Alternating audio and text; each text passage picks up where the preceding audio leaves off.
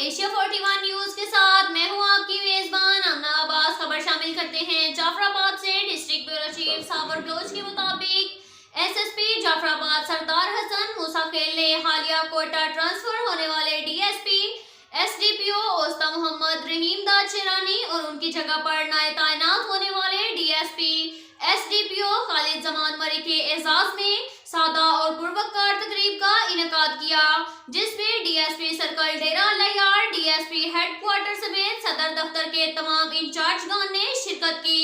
SSP Jafrabad ने नए आने वाले और रुखसत होने वाले डीएसपी साहिबान के लिए नेक ख्वाहिशात का इजहार किया और कोयटा ट्रांसफर होने वाले डीएसपी रहीम दाद शेरानी को तारीफी लेटर और यादगार शील्ड का तोहफा भी पेश किया गया।